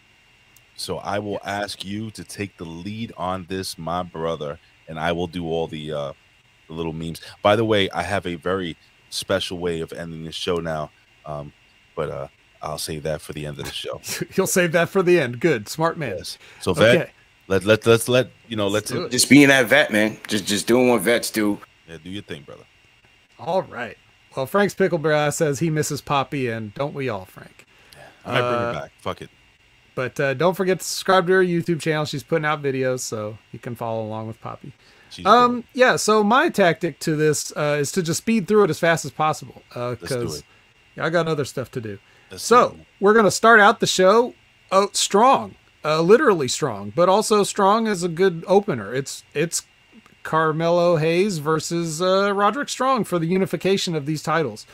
These guys had a match, and it was a match. And in the end, it turns out that the winner of that match is Carmelo Hayes. So he is now still the North American champion, and he gets to absorb that Cruiserweight championship in there. So I just want a lesson to all those people out there who like listening to dirt sheets and pay money for dirt sheets. And all the dirt sheets said the same thing. They said, "Oh, it's going to be the new NXT North American Cruiserweight champion." No, it's just the Cruiserweight title went away, as opposed to World Cruiserweight champion, right? Like, Jesus Christ, so stupid. Anyway, we got so many cruiserweights. We got to break it down into continental areas. So I enjoyed the match, by the way. I thought it was fun. I thought it was a good match, man. Nice little match. Where do you think the skid mark came from? Because you showed me a picture of a skid mark that Melo shit himself. Had. I don't think he shit himself. It looked kind of orange, but like I didn't think Roderick Strong had enough self tanner on in this episode to have rubbed off in that area. But maybe that's what it was. I think he sharded, or either that, or probably the self tanner. Yeah, because Roderick Strong is a lot darker than he was when he first started. So Right. saying. Yeah. Yeah, it's a fine match. Don't really have anything to say about it. It was kind of just real quick and basic. Like they're not really. I can't tell them anything. I did pop for seeing the Boston Crab for some reason. Or the Stronghold, is that not the Stronghold? When what's his face? Gimmick Jones put Strong in the Boston, like the Boston shoot, like Crab, the old school Boston Crab. I was like, oh shit, they did a wrestling hold. They didn't just flip into something. It's interesting. Yeah. Anywho. All right. So next up, Junior arrives, and then we get AJ Styles coming in and saying hi to Tommaso Ciampa. You know, they're old friends. You remember all those times when AJ was down at NXT hanging out with Ciampa, and all those times that Ciampa was on Raw and SmackDown with AJ Styles. You remember how they're all good friends. Dusty Cup coming. Get ready for it, guys. Men and women. 2 Dusty Cups. You ready for it, Ray? Big fan of tag team tournaments? I don't mind it. Yeah, I don't mind it. I think it'll be cool. The best part of the Dusty Cup is all the promotional leading up to it. You're going to hear clips of his theme song, Common Man. You know, like that's the best part about it, really. Are we going to do that? We don't need to do it. No, I'm saying, are they going to do it? They always do it. Anytime they have the words Dusty Classic on the screen, they play that. He's just a common man. You get the cowbell and everything. Yeah. Why do they do that? Because that was Dusty Rhodes' theme song. Oh, okay. I mean, there's something about though that when you hear that, I mean, doesn't it just hit the cockles of your hearts? And here it comes. Doesn't it just make you want to? He's just a common man. That shit was good. That was a great theme song, dude. They try to bury this guy so bad. I know. And he just wasn't having it. He was and that's how good he was. No matter what they say about Dusty as a booker, booking himself to be champion 1,000 times or whatever, the guy was fucking greatness, man. Sorry. Yep. Fucking sorry, great. Guys. Sorry. He's fucking great. Anyway, speaking of sorry, Styles versus Waller, kind of. Like, dude, I was so disappointed. Were you confused as I was, Ray, that I thought this was an advertised match for some reason? Maybe I did that in my own mind, but no, I agree with you. I was totally upset about it. I was like, wait a second, these guys are not going to fucking wrestle? Yeah, well, next week. And they'll get in a little skirmish here. Not to be confused with the Wednesday night skirmish, which you can find on the Pro Wrestling Coalition, in which I am featured. Had a great time sitting down with Jimmy T and Chris Ames and giving 20 minutes of time devoted to how Daniel Garcia is not worth our time. So, what were you eating, by the way? What were you eating? When you came on the show, you were chomping on something. That was the that I'm mixing up shows. Yeah, that was at the tail end of the day one review with okay. with Jimmy and Jimmy McIver, not Jimmy T. James McIver, Sorry. Yeah, and RBV. I came in with some. It was turkey jerky. As Canada Spaceman asked the same thing. So good. Turkey jerky. All right. So next, Pete Dunne in a pre-packaged video challenges Tony D'Angelo, and this is later revealed. This match is later revealed to be a crowbar on a pole match. So your little PRC on a pole joke, that's timely and relevant here. Can I tell you something funny? Please Jennifer, do. Jennifer, again, she's been out of work for almost 2 weeks. She's unemployed? No, with the COVID. Remember, we all had it. Off of work, then. When you say out of work, that's like a different. I'm sorry. She's been off of work with the COVID gimmick. And she said, I can't go to sleep. So she stood up watching it with me because I watched the Nick game and then I DVR'd this. So she's like, oh, this is so stupid, right? But then when it got to the part where you see, what's his dude that breaks the fingers? Yeah. She goes, oh my God, did he just break his fingers for real? And I looked at her and I was like, yeah. Yes. Yeah, I said, this happened. I said, shit like this happened. She goes, really? She goes, I thought it was all fake. And I said, hun, watch this. And then they show the part when he hits him with the fucking crowbar. She goes, oh my God, that's too violent. That's too violent. This is ridiculous. She goes, I thought wrestling's supposed to be fake. I'm like, babe, Like these guys, they do what they got to do. So I'm like fucking. That's not a rubber crowbar. Yo, dude, I just because you could hear it clap. And she's like, oh my god, look, his hand's all wrapped up. He broke his hand. How's he gonna wrap? So she's all into this stupid shit, and I'm just like, oh god, this is the worst of the worst, and she's fucking like believing in it. It's hilarious. It was hilarious. That's how you gotta hook them, guys. I tried to hook them. Not like Taz's hook, but speaking of that, my hook shirt is in the mail. No, it's in the mail, did not. It's in the mail. Don't worry, I'll have it just in time for my next appearance on the Wednesday night skirmish. I'm gonna do my hook face. Pretty good. Whatever. Imperium comes in, and then we go to commercial. Okay. And then when we come back from commercial, we get K-Sounds, Amari Miller. Then the Australians walk up. Mm-hmm. Then they try to recruit Tiffany Stratton. And finally, we get a speaking part, and we find out the name of our very sleepy performance center student. What did you have to say about this, Ray? So first thing, again, Jen is still watching this show at this point, and she looks at me and she goes, "You like her, right?" And she points right at Persia Peralta, and I'm like, "Yeah." I'm like, "She's fucking amazing. She's fucking hot." She goes, "Why is that girl sleeping there?" And I said, "I have no idea, honey. We'll find out next week." Next week, finally. Next week, Wendy Chu. Wendy Chu. AKA and I don't know if you caught this, Ray, but when they put up the graphic during the main event that billboarded this match for next week, they spelled Chu the way you spell a sneeze. Not CHU, but CHOO. No. Are you serious? Probably because that was easier to trademark, wouldn't you say?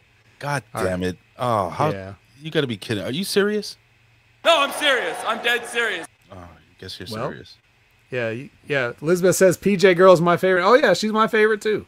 Mm-hmm. She's I mean, I don't know if I think she's a Ripper Rogers girl. Is she? So I think. I know she trained with Damian Adams, who was there with me at the time. So then she can go. If at least she's indirectly a Rip Rogers girl. I never saw Karen Q there with at the same time, but maybe she came after me. Okay. So we get our 6-man match with Imperium and Walter against the Stoner guys. Was I right? Did Walter not look like he was in much better shape? Walter has slimmed down a little bit. He did. His gut was not hanging over his fucking his trunks like they have in the past. He's thinned out. Right. It was only threatening to jump on the edge of his trunks. It wasn't falling over. It was like, I'm gonna jump. Yeah, I'm gonna do it. Don't talk me down. Diet a few more weeks. But yeah, he looked a lot better. His arms looked to be more defined. His shoulders, chest, back, his midsection looked to be like it was narrow. More narrow than it was before. Like he didn't have the love handles and back fat and stuff. Yeah, bro, but that's the last part to go. Like when you're losing weight, it's that spare tire that takes the longest to get rid of. So you're telling me. He's looking good. He's looking good though. Yeah, it's unfortunate that when you lose some of that weight, you lose a little bit of the arm size. But if he would just maybe lift some more things. You don't lose weight in your hands much. Not the hands, but the arms. The arms, right. Well, like I said, they looked more defined. So we'll see. Yeah. So this was a match. I didn't write a note down. It just kind of was like a lot of stuff happening. I basically another match I enjoyed quite a bit. I thought the tagging, it was fast paced. The guys were doing a lot of great tandem moves, going back and forth. I love the finish, the RKO out of nowhere, or is it the RK Bro, or is it the Riddle KO? Who knows what it's called right now? But he hits that for the finish. So look, you get your major pop from the major star from the main roster. You get to see Walter back in the ring looking great. Imperium are fantastic. They're one of my favorite tag teams, and then you have MSK. So I thought this was all good, man. This was a solid second match. I thought Phil first match was really good. This was a really solid, fun second match. But things take a turn later. We'll see. Well, Right now we turn to Joe Gacy and Harland. Mm-hmm. They're with Mackenzie, if I'm remembering that correctly, and they're just basically telling her, we would like to qualify for the Dusty Cup. We don't necessarily want us to, we want to earn this. We don't want anything handed to us, so they want to qualify for it. Very excited. My wife thought that Joe Gacy was supposed to be Harlan's parole officer. She didn't get. She's like, why is he talking that way? And I explained to him that he's an SJW, and then she got it. Do we know for a fact, though, that he's not Harlan's parole officer? He could be. Yeah. Just saying. Just throwing it out there. Mandy helicopters in. Jesus. A helicopter delivers Mandy to the arena. Very nice. With no door. I could never ride that thing. I'd be shitting my pants. Have you ever ridden a helicopter before? No. The little one outside of Kmart, but other than that, bro, I'm good with helicopters, bro. I told my wife, I said, unless I'm standing on top of a burning building, I'm good. Not riding one of them things. Them things crash too much. Anywho. Yeah. So next, Carmen Sandiego says that Zion and Santos are going to have a match next week, and the winner leaves with her. Ray, how slutty is that? That is so 80s. That is Baby Doll. She's a Jezebel. Whoever wins get to take Baby Doll home and have his way with her daddy. I guess. We already have a pole match next week. Well, she's gonna get a pole. Whose pole will she get? That's where we are right now, ladies and gentlemen. So, yeah, dude. Before my wife went to bed, this was just before she went to bed. She goes, "I'm done with this." She saw Elektra Lopez, and she asked me if she had collagen stuffed in her lips. I said, only her lips. I said, I'm not sure. And then she's a human collagen. Then Jen went off to bed. Just like her new favorite wrestler, Wendy Chu. So who do you think gets to have sex with her? That's what this is about, by the way. Right. And as long as we get a live sex celebration, will we? As long as we do, because that's wrestling, guys. I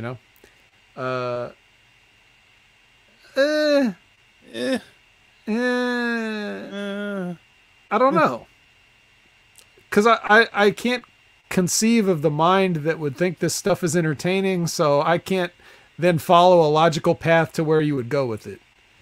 But yeah. Fair enough.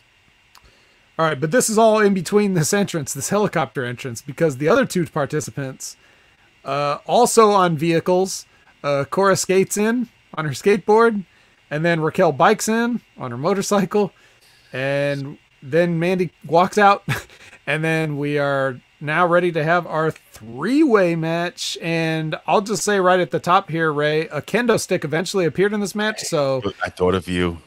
Disavowing this, take it away. Kendo stick did appear during this match, but it was during the commercial break in the small gimmick, the small screen gimmick. And I was like, hopefully Vet doesn't turn away from this. I knew it would happen. I thought first and foremost, Raquel Gonzalez was calling this entire match. I don't know if you noticed that. Cora Jade was making a lot of small mistakes. She was where she wasn't supposed to be on multiple times. Raquel Gonzalez was directing her a lot. Mandy Rose, I noticed, also was being directed by Raquel Gonzalez. So Raquel Gonzalez was the ring general in this match, and I thought Raquel Gonzalez looked fantastic.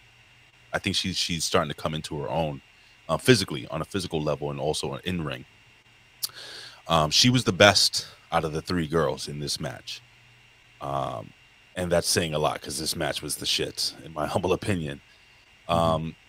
The finish, what do we got here? We got so we get the most, like I say, the most dangerous move in professional wrestling, a victory roll on Cora Jade, and Mandy Rose wins the match. And it appears the fans weren't very happy with the way this match ended. Why, Vet? I don't know. I will say that there's some poetic justice in Cora Jade getting beat by a roll up because, you know, that's her finisher and that's what got her here. So Rap is crap, Elizabeth. Elizabeth, rap is crap, not this match. Yes. No. Rap now is crap. Oh yeah. Okay. Well, definitely. Could you imagine? God forbid. Could you imagine Mr. Perfect was around now? What he would be saying about rap? Anyway, he would have a new appreciation for the rap that he thought was crap. Oof. So we're gonna end the audio of this show on the podcast side. West Texas Rednecks. With the West Texas Rednecks, rap is crap. Stay tuned. That's another championship I won. I believe I won the West Texas Redneck Championship. Did you? Times. Yeah. I handed it back though because I ain't never been no redneck in Texas. So trap is crap. Yeah. I agree with you 1,000%, brother. Yeah, fair enough. Sister. So yeah, let's see. After this, Boa asks his face paint if he can face Sikoa alone, and I think the face paint said no.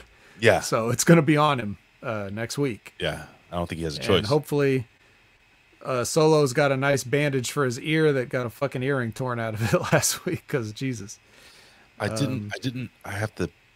Got to put this out there. Boa did not wash his hands for 20 seconds. So, do you think that's one of the supernatural powers? Is that it just sort of cleanses? Well, that's the problem. If he did the whole 20-second gimmick, then the face paint would have to back off, much like COVID. Okay, I don't really know how it works. Oh, it works that way. 20 it's seconds. Very weird to see a man face beside his own face in the mirror. So, yeah. All right. Anyway, well, you have to say Bloody Mary. What is it, like 6 times in the dark? What was it? What was the gimmick? Tiansha. Oh, God. Anyway, please. Yeah. So next, Riddle's leaving. He's saying goodbye to his. You know, it's okay to kiss your homies on the lips type deal. And then he leaves, and then the Creed brothers walk up and say something. I kind of missed what they were saying. I assume they just said, "Hey, we're the Creed brothers, and we're gonna fight you," or some shit like that. They basically said, "You think you're gonna get a title shot, but only the winners of the Dusty Classic, excuse me, get a title shot." Hold on, I gotta hit the cough button. Sorry. So basically, they're like, "Yo, you guys are not guaranteed a title shot." So this is their journey. Their journey. That being MSK, is they have to win the Dusty Classic for the second time to get a title shot. Will they? We'll see. Well, yeah, I'm just so excited to find out. I can't wait to tune in every week and see. Every match is like, there's stakes on every match. I like steak. Match. By the way, Frank's Pickleball asked that I put over his steak. Yeah, I did. Yes. Thank you, sir, again. Steaks in every mailbox. Fucking delicious. All right, so next, Ray, we have... What we have right now is a teachable moment. That's right. It's not an NXT show if Andre Chase doesn't show up. Wait, what? Did somebody say Andre Chase? No, again, no one said that. You did. Well, apparently somebody said that because here he comes and he tries to award a full scholarship to his student that they went out of their way not to say his name or any kind of name for this guy, right? I didn't miss this, right? He never said his name. His name is Josh. What? His name is Josh. He looks like a Josh to me. I don't know. Okay, you're submitting that his name could be Josh. Yeah. Okay. All right. Yeah, so he's in the middle of trying to award the scholarship, and we might even find out what this guy's called, and then all of a sudden it's interrupted by the Ridge. The Ridge comes out, ridging it up. Mm-hmm. And what do you got to say, Ray? What do you got to say about this Ridge appearance? I learned something new about the Cranial Ridge. What is that? And apparently, the Cranial Ridge has a little bit of a speech impediment, brother. Because he was talking with a very firm lisp. Did you not notice that, Daddy? Did you not notice it in any of the weeks before that he's had? No. Oh. This is the time. But I will say that he's much better as a bad guy talking. Okay. So this worked for you then, where he kind of, what did he say? Oh yes, he said everybody's gonna tune in to see who I tune out. Hey, right? What kind of a line is that? You like it? Not bad. How many pieces of ice? Oof, that's about 3. 3 pieces of ice. Okay. Yeah, 2.5. Okay. I had a hand injury prior to me breaking the ice. There's just like a thin hairline crack in the third piece, right? So I knew it was like, but can I just say real quick that this was one of my favorite segments of the show, and it was all because of Andre Chase. Really? Yeah, I love the guy. He's one of those people that there's nothing that he does that I don't like. He's just so fun to watch for me. So okay, yeah, putting it out there. Well, it kind of is one of those things I've been saying for a long time to whoever would listen, and just grabbing people in the grocery store and saying, hey, you know, the WWE can use character jobbers, and they're like, get off me, man. Yeah. So stop touching me. But that's what I'm saying. Like a guy like Andre Chase, doesn't matter if he wins or loses. If you come out there, he can get over. So he can lose every match and still sell merch and still be popular. Right. Like if Barry Horowitz was around now, I think he'd be very, very popular. Just because of the fucking patting yourself on the back gimmick. Right. And there was a certain charm to those guys even then. Like everybody knew who they were, and they're like, "Oh, we know what's happening now." This is kind of a fun, accepted part of the show. Yep. But here Chase gets beat up, and so does the audience. He starts grabbing people at the audience, and this is one of those things where I always like, if the rest of your show wasn't so blatantly fake and shitty, then this might work. But nobody believes these are real audience members, so I don't even really know why they bothered to do it. So yeah, but he's like, he pulls out one of the students, then he pulls out what appears to be just a random audience member.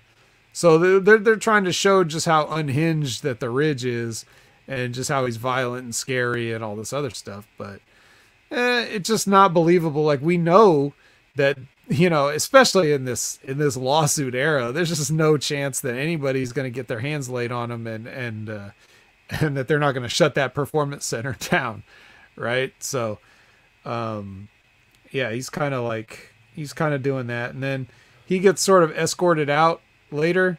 And then he kind of passes the diamond mine where Roderick Strong is recovering from his injuries on the trainer's table. And then Ivy Nile kind of gets in the Ridge's face for a second. So we have like a little showdown between the biggest dude and the smallest dude. Right. So now that Ray's done coughing, he can add any other elaborations on this that he wants. Honestly, I was choking. No, I have nothing to add. Okay, good. Oh God. Just so you know, like I went through all of that just to buy you time. Thank you. I appreciate it, bro. Yeah. Was it obvious? It wasn't obvious, right? It sounds like a rant I could have went on, right? Obviously, it sounds like an obvious rant. Okay, here's another obvious Cameron Grimes package. I don't know if you still have this button queued up, and I don't care. I don't think I do. He just basically says he wants to chase gold instead of green in 2022. So To the moon. Woo, yeah! So is this their way of abandoning the gimmick and stopping having to pretend this guy's rich? Who the fuck knows? I don't know where they're going with this, bro. I really don't. I'm not trying to shit on it or anything in any way, but I don't know. What are they going to do? Make him poor again? Apparently I want to find something out. So I have to shave every other day. Okay, I can vamp for you again if you need to go shave right now. Well, no, I'm fine. But I have to shave every other day. All right. Like this comes in every other day. Okay. I have to shave. Apparently, Cameron Grimes may have made his money not from cryptocurrency, but on some beard gimmick that doesn't allow your beard to grow. Because ever since his beard got cut, it still has yet to. Actually, it looks shorter than it did last week. I see. So it's been even further trimmed. That's what I see. I don't know if you see the same shit. I think I and everyone here watching with us has seen it. If they lowered themselves enough to watch this episode. I hope you all found better things to do with your time, but probably not. Yeah, that's our last little interstitial there before we get to the main event, which is Rick Steiner Jr. versus Kratos Jr. And we're going to get into that, and it's going to be no commercial breaks. None whatsoever. Not one single commercial. You promise? I promise. They promised, and I guess they were right. I didn't see a commercial here. So when Rick comes out, there's like a big gold X in the middle of the aisleway for him to like kick, and he kicks it, and it splits in half perfectly down the middle. What really? I guess that was supposed to be some symbolism of, the old guard getting broken through, and right. He's the breaker. Hello, Braun Breaker. Hello. Yeah, I break things, guys. Yeah, I broke the old NXT. Yep, he broke it. Even though that championship, are they going to make a championship that's like paint splattered and? You know what they're going to do? Don't do it. Okay. They're going to use the old. They're going to use the old WWE Hardcore Championship. Ooh. It was broken. Cameron Grimes won't be going for gold. He'll be going for rainbow. But, oh God! Please, I hope they don't fucking just do something to that belt to put colors all over that shit. Please don't do that. You know what they might do? They might make. You know how the Ultimate Warrior had different color straps, like for his championship when he won the championship. No, not a rainbow strap. Yeah. What if they do one that's like all those colors? Oh. Yeah. Or maybe they make a white one, because you know how like painters wear white so that when the paint gets on their clothes, it looks kind of.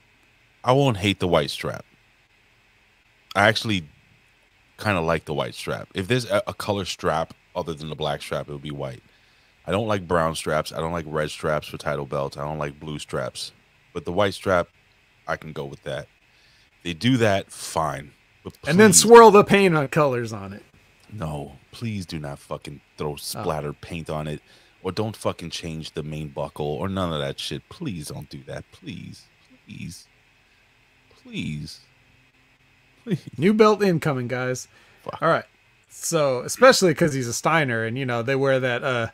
They always wear those tights that look like Good and Plenty. Well, yeah. I want to share something real quick. Sure. I'm gonna share something with no volume here. This happened after the match, and I don't know why WWE didn't put this over, but they put it over on their fucking YouTube channel. That is Rick Steiner, the dog-faced gremlin himself, coming into the ring, hugging us. Did you see this? Yeah, I saw that it happened. I didn't watch it. And they apparently also what's his name? Who was the champ before? Gimmick Jones or whatever.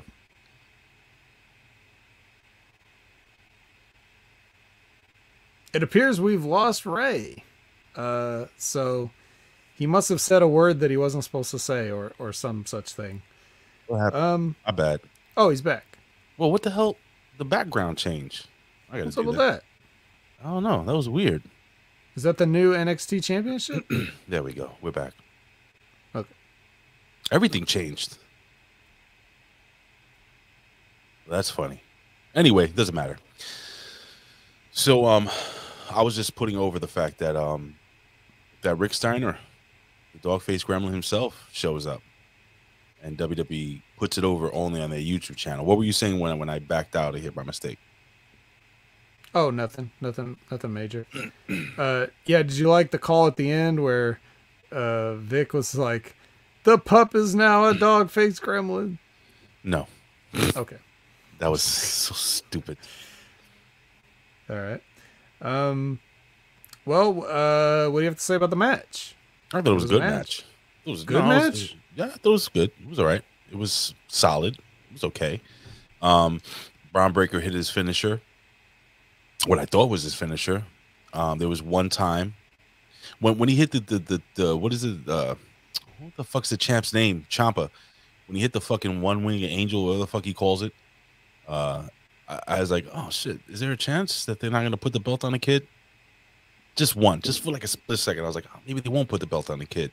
But he kicked out of that. Once he kicked out of that, I was like, all right, it's over. And then he goes over with the Steiner recliner, which I think should be his finishing move. Why not? You know what I'm saying? And he made the champion tap, which is a big deal. Total passing of the torch, if you want to use that analogy. Also, I like the way at the end of the match where you have Ciampa on the floor, and you have Rick Steiner Jr. looking over his shoulder, and Ciampa kind of just like waves him like, "All right, go ahead, man. You got this. You're the champ. You won." You know, I like that a little bit. That's it, man. It was a solid match. I agree with you, Media M5. Braun didn't need bolt cutters for this match. Bolt cutters would have been over. And Frank's Picklebarrow asks us a question. Vet, can we do a over-under on how many girls get hurt during Dusty Women's Tag Team Classic matches? Over-under.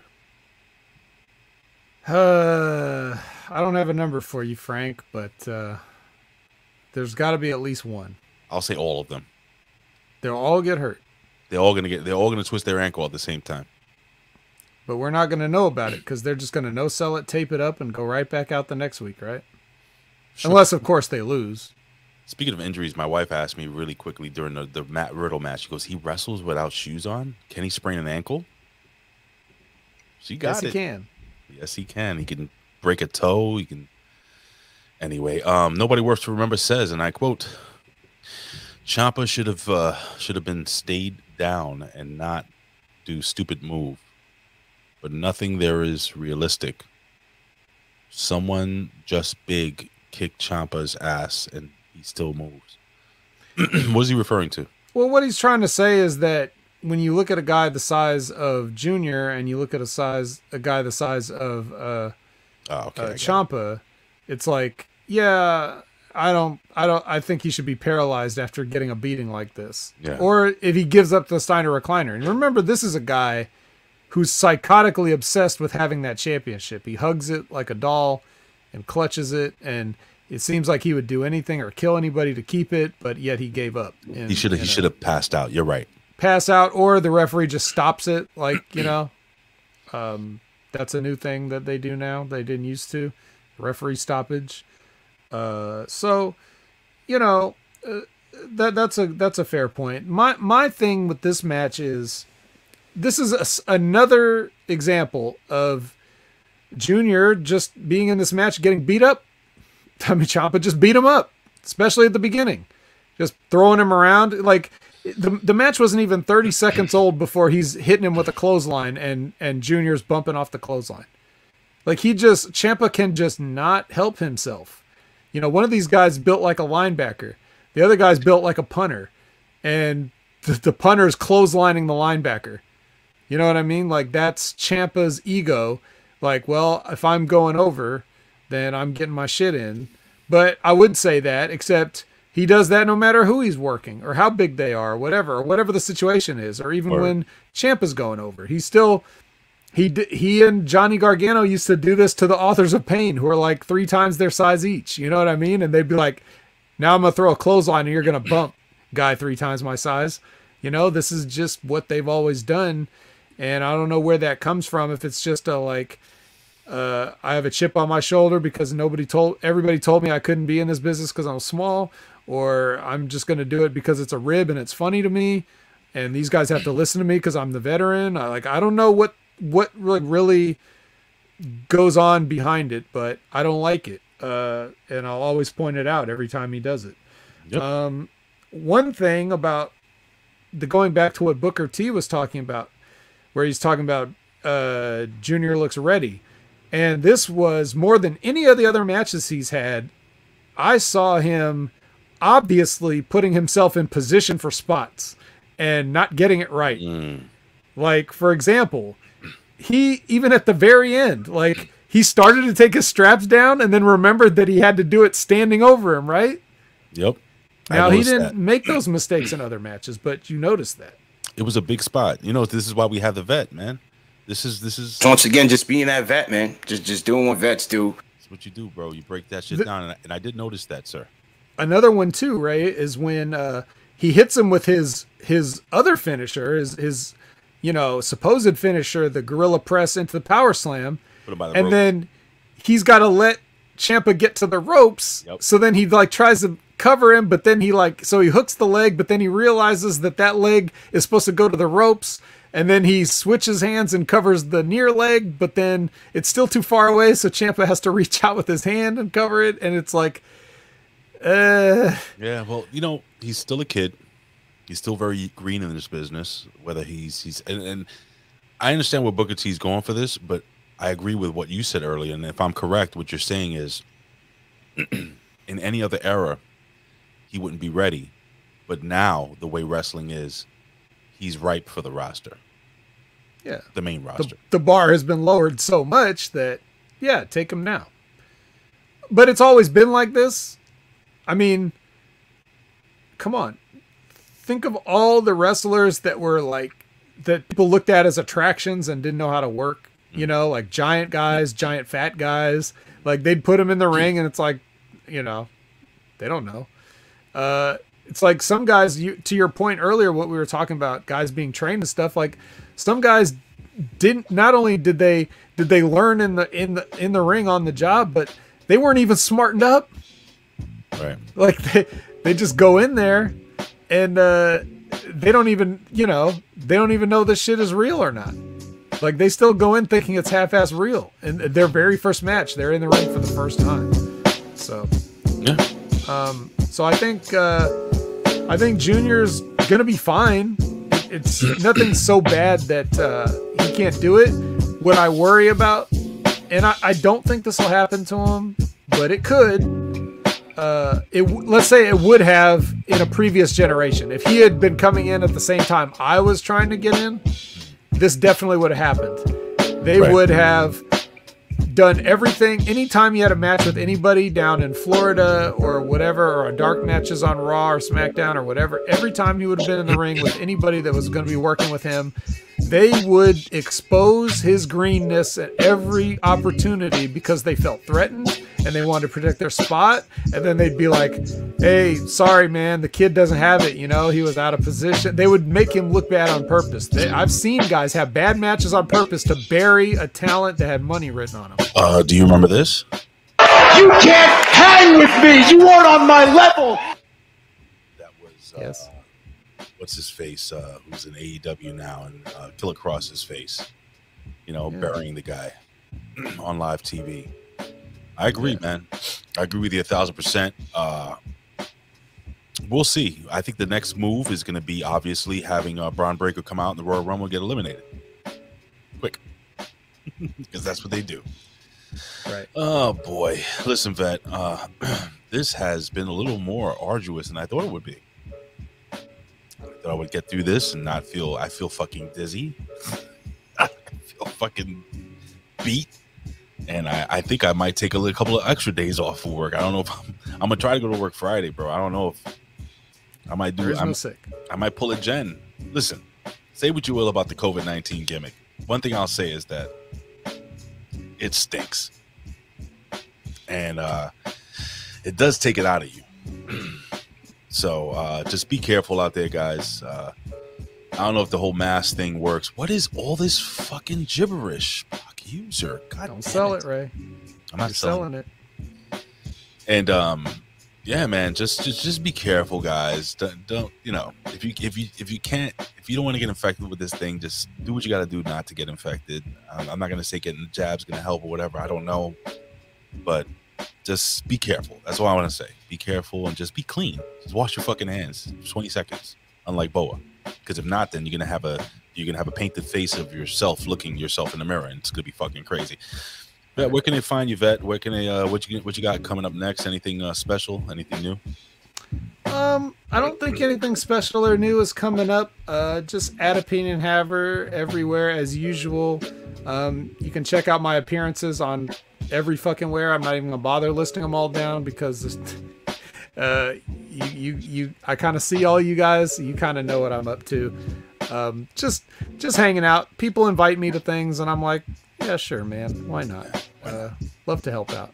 And hopefully in this new year of 2022, maybe there'll be more exciting and different content coming. If you're not sick of me yet, maybe I've got a few ideas for things to come down the pipeline, and I'll be in touch with you all and see if you're interested in it. But yeah, that's pretty much it. I mean, I got to get off of here and watch night 2 of Wrestle Kingdom because man, I don't know if you saw this, Ray, but the main event of night 1, oh boy, Okada and Takagi, man, they had an amazing Chinese karate fight in Korea there in the Tokyo Dome, man. I gotta check it out then. It was a classic. So I think I can find a kayfabe site to take a look at this match. All right, cool.